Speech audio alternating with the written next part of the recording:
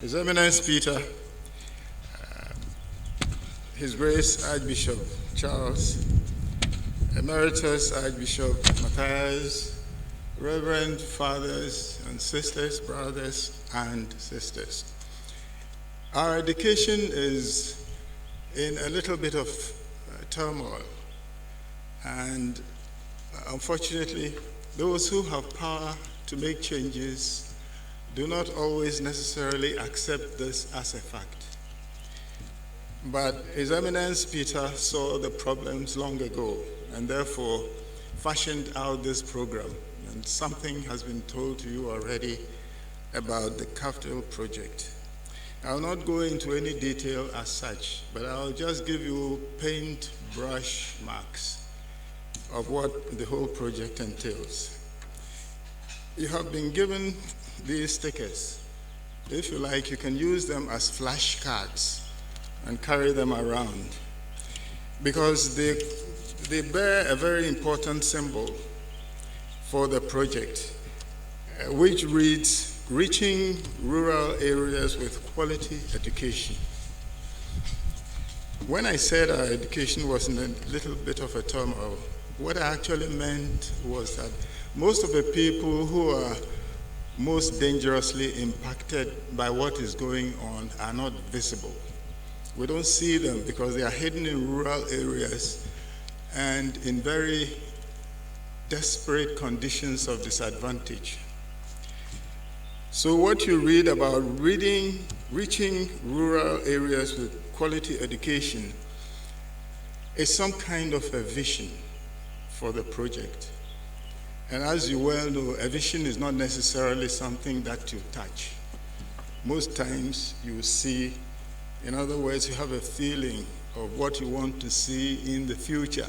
And you're all familiar with a lot of visions from the Bible. Joseph, the mighty dreamer, described all kinds of things. And even Revelations tells you about John's visions.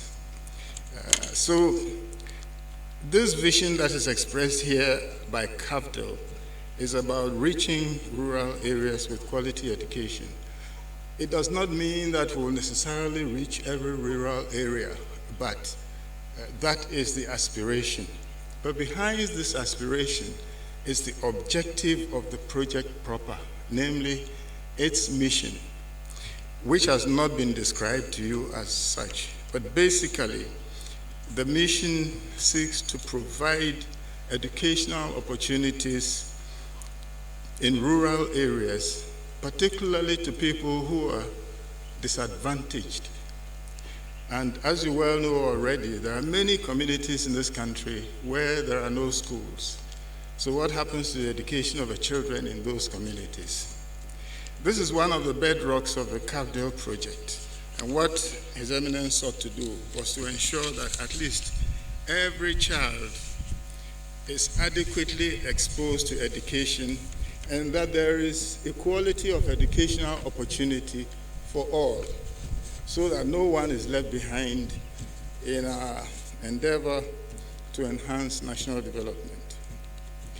Therefore, the Cafdil project has got a number of components, the first of which is the development of textbooks and workbooks, which can be transmitted to rural areas. In other words, children do not have to be in classrooms before they can receive education. But if we can bring them together at certain points in time to be in a place where they can share experiences, so much the better. So the first component of the Cafdil project is the development of textbooks and workbooks. And as I said earlier, I shall leave the details of the individual components to other speakers. But in order to make the program effective, there's also been in-service training for teachers and head teachers who constitute a part of the project. Thirdly, if you provide training and education to people, you've got to be in a position to assess the impact over time. So periodically, there is monitoring and supervision of those schools that are associated with the project. The fourth component consists of scholarships for brilliant but needy students. It would be a tragedy if we were to throw away this pot of gold, where you have very highly talented people, but because of their poverty, cannot receive education. The final component is the reason we have gathered here today, and that is the Cafdil TV or television. In order to reach out, as we have said in the vision statement, we have to create structures which will enable us to touch as many people as possible. And therefore, the Cafdil TV. And I suspect quite a good number of you have already had access to this TV and are in a position to evaluate its impact. It's an ongoing project, it's an ongoing process, and I'm certain that the project director, Father David Okran, will deliver his best. He will put his best foot forward to make sure that the contents are purified further and further down the line as the television program evolves. There are several aspects to this television program, but I only want to focus on one aspect. I started by suggesting that we have a little bit of a crisis in our education. Sometimes the truth doesn't quite come out from the sources that are supposed to be trusted. We are a Catholic institution, and our whole existence and development is based on promoting the truth. We can do that best through media like this. So if we have a television program and somebody steps onto the screen and tells you something from the Cafdil station, then you know you are listening to the truth, because we have no other interest but to bring the truth to people. And education has no value if it is not based on truth and ethics. And I'm afraid our educational system, as it is today, is beginning to sacrifice those values. So it is not merely a matter of children sitting before the television and watching nice pictures or programs. It is also a matter of reaching the core of our values. And without those values, our education is meaningless.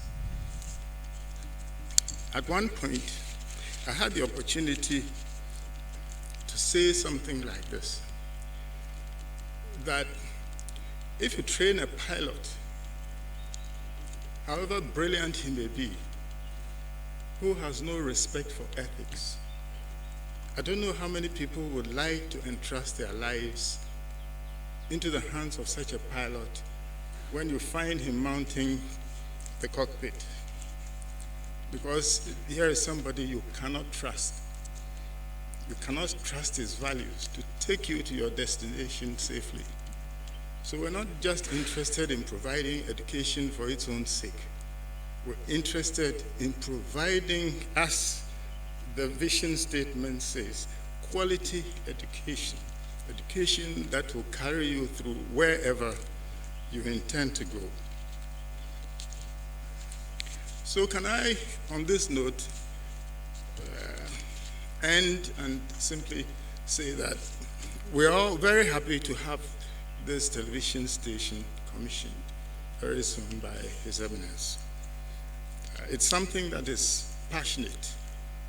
It should be a passionate thing for all of us, because without it, we cannot trust that we are receiving the truth when we watch television programs, even if they are only for education.